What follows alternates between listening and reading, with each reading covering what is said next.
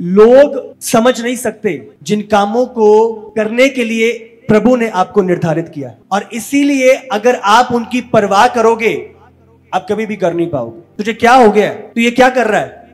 तूने चर्च जाना शुरू कर दिया, खाना पीना छोड़ दिया तूने, ये क्या उपवास लगा हुआ है, ये क्या कर रहा है तू? बहुत सारे सवाल लेकर हमारे सामने खड़े हो जाते हैं। क्यों?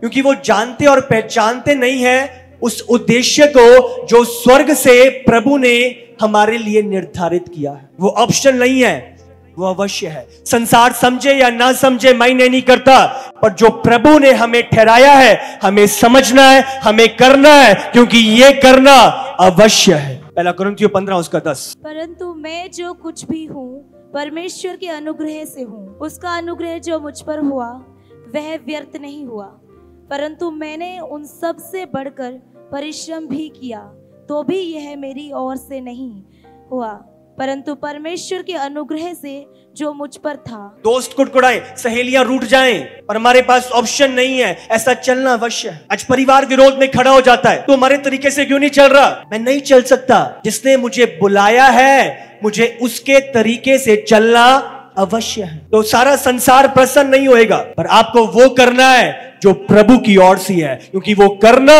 हमारे लिए अवश्य है। हालेलुया। ना जो हूं सो हूं, और वो प्रभु के अनुग्रह से हूं। आपको अपनी आइडेंटिटी को पहचानना, आप कौन हो और जो आप हो आप क्या करने के लिए बुलाए गए, क्या करने के लिए और क्या नहीं करने के लिए। हालेलुया। यिर्मयाह 20 उसका 9। यदि मैं कहूँ मैं उसकी चर्चा ना करूंगा, ना उसके नाम से बोलूंगा, तो मेरे हृदय की ऐसी दशा होगी मानो मेरी हड्डियों में धधकती हुई आग हो, और मैं अपने को रोकते रोकते थक गया, पर मुझसे रहा नहीं जाता। मैंने बहुतों के मुंह से अपनी निंदा सुनी है, चारों ओर भय ही भय है। मेरी जान पहचान के सब जो मेरे ठोकर खाने की बाट जोते हैं, वे कहते हैं उसके दोष बताओ, तब हम उनकी चर्चा फैला दें। लोग आपके विरोध में गलत चर्चाएं फैला रहे हैं। ये चर्च जान लग गया, आधा मीट खान लग गया, चर्च जाके मीट खवाते ने, चर्च जाके आ करते ने, चर्च जाके इन्हें पैसे लेने करोड़ रुपया चर्च तो। व्यर्थ के दोष, कहते हैं दोष निकालो इसका, कुछ बोलो, बातें बनाओ, हम फैलाएं ताकि सब इसके खिलाफ हो जाएं। कितना शैतान का बड़ा मकसद है ताकि आपके चाल चलन से आपको भटकाए, किस प्रकार का डर पैदा करता है। प्रभु में चलने का निर्णय लेते हो, क्या क्या चीजें घटित होती हैं। आपको हैरान नहीं होना, ये चिन्ह है आप सही चल रहे हो। परंतु यहोवा मेरे साथ है, वह भयंकर वीर के समान है, इस कारण मेरे सताने वाले प्रबल ना होंगे, वे ठोकर खाकर गिरेंगे। वे बुद्धि से काम नहीं करते, इसलिए उन्हें बहुत लज्जित होना पड़ेगा। उनका अपमान सदैव बना रहेगा और कभी भूला ना जाएगा। खड़े रहो, लोगों के डराने से डरो ना, और जो करने के लिए बुलाए गए हो उसे अटलता के साथ करते जाओ। हालेलुया। प्रभु का कलाम क्या है? वो ऐसा करेंगे, ये नहीं लिखा कि वो ऐसा नहीं होएगा, वो ऐसा करेंगे, पर यहोवा आपके साथ होएगा, यहोवा आपको प्रबल करेगा, यहोवा आपको विजय दिलाएगा यीशु के सामर्थी नाम से। आमीन। हालेलुया। लोगों के डर से मैं रुक नहीं सकता, सता विरोध से मैं रुक नहीं सकता, परिवार मेरे खिलाफ हो गए मैं थम नहीं सकता, मैं प्रभु को छोड़ नहीं सकता। मुझे अवश्य संसार का इनकार करते हुए अपना क्रूस उठाकर यीशु के चलना है। हालेलुया। यूहन्ना 4 उसका 4। और उसको सामरिया से होकर जाना अवश्य था। उस टाइम पे जो यहूदी लोग थे, सामरी लोगों के साथ उनका कोई व्यवहार नहीं था, वो सामरिया से निकलते भी नहीं थे। वहां पे निकलना एक अपमान माना जाता था, उन्हें छोटी जाति का माना जाता था।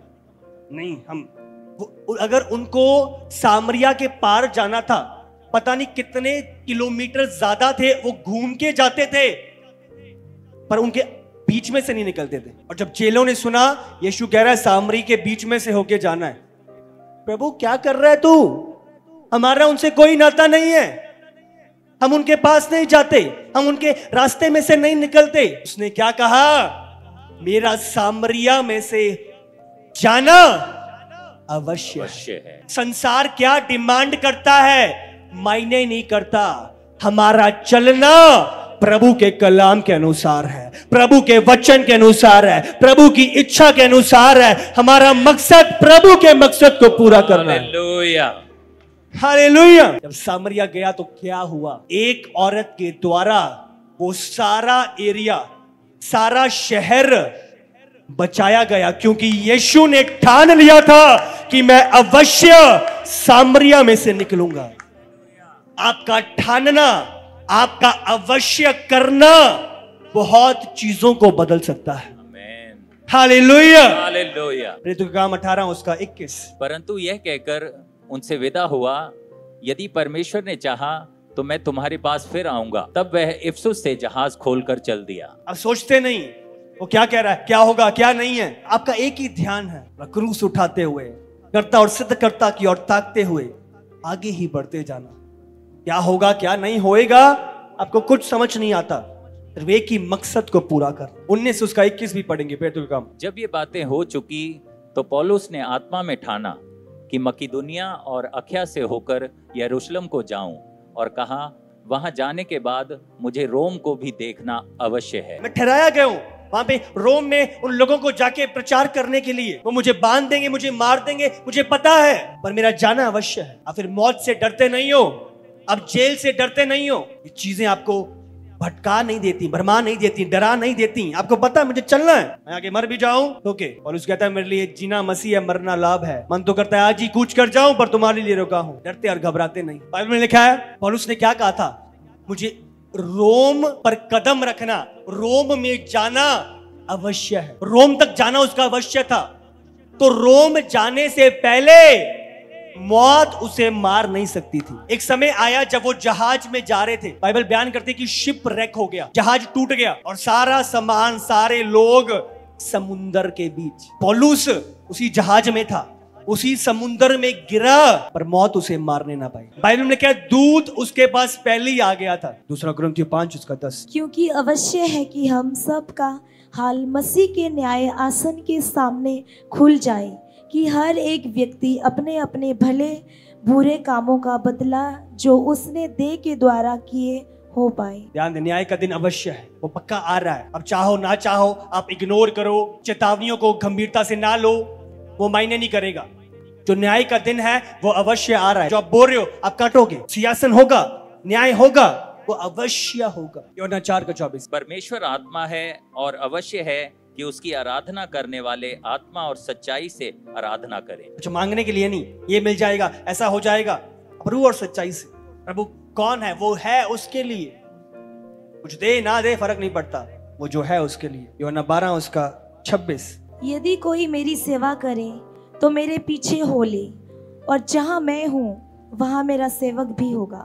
यदि कोई मेरी सेवा करे तो पिता उसका आदर करेगा। अब उसका चेला नहीं बन सकते जब तक आप उसके पीछे ना हो, जब तक अपने आप का इनकार ना हो, संसार का इनकार ना हो, क्रूस ना उठा हो। हालेलुया। हालेलुया। यीशु के पीछे होना का चलना फिर अवश्य है। अकेले क्यों नहीं हो, पर आपने ठान रखा है अवश्य। अब वेट नहीं कर रहे, देखते हैं 3-4 जने जाएंगे कि नहीं। बहुत सारी भीड़ है, मायने नहीं करता। बहुत सारे लोग दिखाई दे रहे हैं, मायने नहीं करता। अच्छी दिखाई दे रही है, नहीं, मायने नहीं करता। और जो प्रभु की ओर से है, आप ठान लेते हो, आप बोलते हो अवश्य मैं इसी मार्ग पे चलूंगा, अवश्य मैं सकरे मार्ग पे चलूंगा, अवश्य मैं यीशु के पीछे ही चलूंगा। हालेलुया।